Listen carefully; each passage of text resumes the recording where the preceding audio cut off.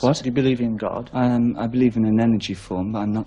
I wouldn't I wouldn't like to put a name to it. Do you indulge in any form of worship? Life. I love life very much indeed.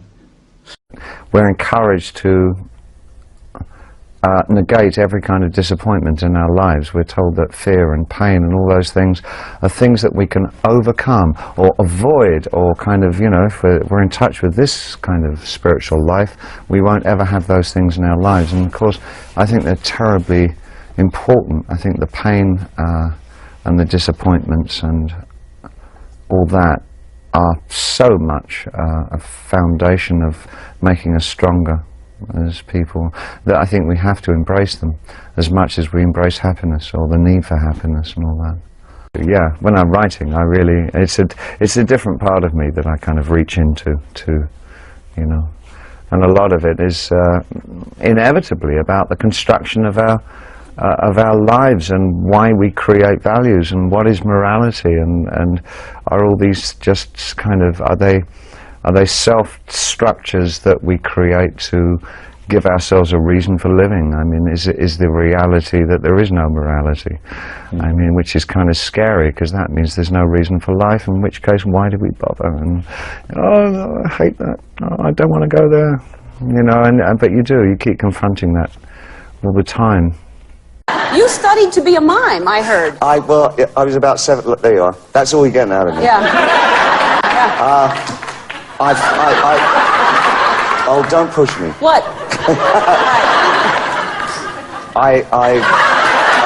Yeah. Around 17, I realized I was a mime trapped in a man's body. So, I mean, this is really quite embarrassing to talk about, you know. Anything to do with mime in America is embarrassing to talk, because you get killed by clowns over here, don't you? Yeah. According to Bob No, but there's Goldthwait. some good mimes. You probably would have been a good mime. It was kind of a revolutionary company that I was with, and because they spoke.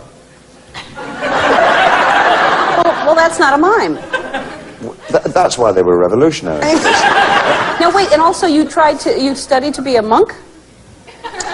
Yeah, I realized one day when I was around 18 that I was a monk in a mime's body.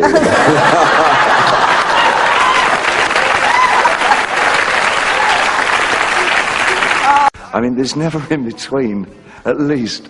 And it's been like that all my life, you know. People have either really accepted what I do, or they absolutely sort of push it away from them.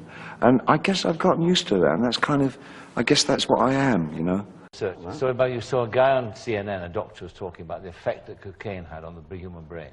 I don't know if it changed your mind about drugs, but certainly had an effect of making you not want to take drugs. Oh, that actually, yes, no, that didn't put me off at all, actually, when I saw that.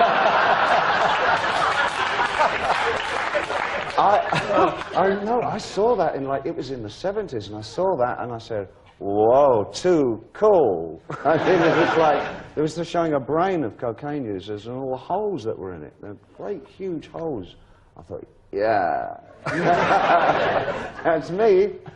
It didn't occur to me that this was a bad thing. I mean, that didn't come for quite a while. Listen, let me tell you something about this show. We've had some real fantastic sartorial moments recently. In fact, over the last couple of days.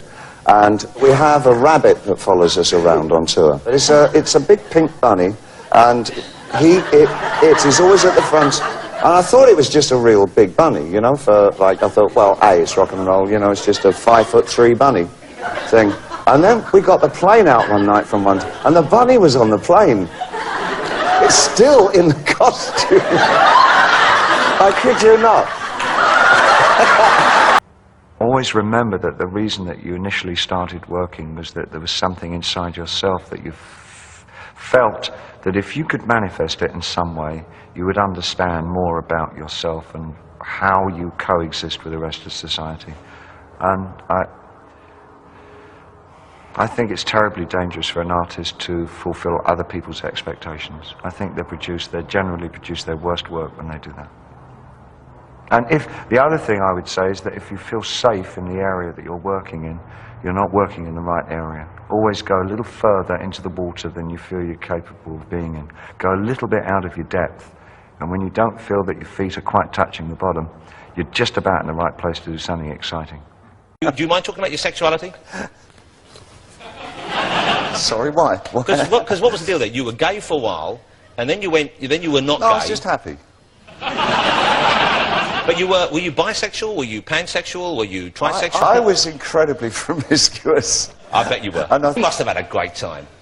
Why would I go into that when I can make a fortune by writing a book about it? Why should I give it to you for free? All right, well let me ask you this then, David. We'll get to the book. I've never yet tried... Don't even think about I've never tried the man love, okay? I haven't tried the man on man, the man in man, the man with man. I haven't tried it. I was tempted recently when David Beckham scored that penalty goal. Suddenly, I felt a stirring. Should I give it a try? Father. Such a serious and a life-challenging and changing question. The answer that I have for you would probably create such turmoil in your soul. You know what? It probably I'm not would. sure that you could actually withstand it, or in fact last the rest of the show. So I'm afraid I have to politely and reluctantly not answer that question. Thank you. Thank you for your... Would you be happy with just being remembered as a rock star, a rock god? Two things strike me about that. One, I'd be happy to be remembered. And secondly, by anybody. That's a bonus. I must sound very complacent, but frankly, it doesn't bother me. I'm very glad that I've got this life, and it's a gift, and for that I'm thankful enough, frankly.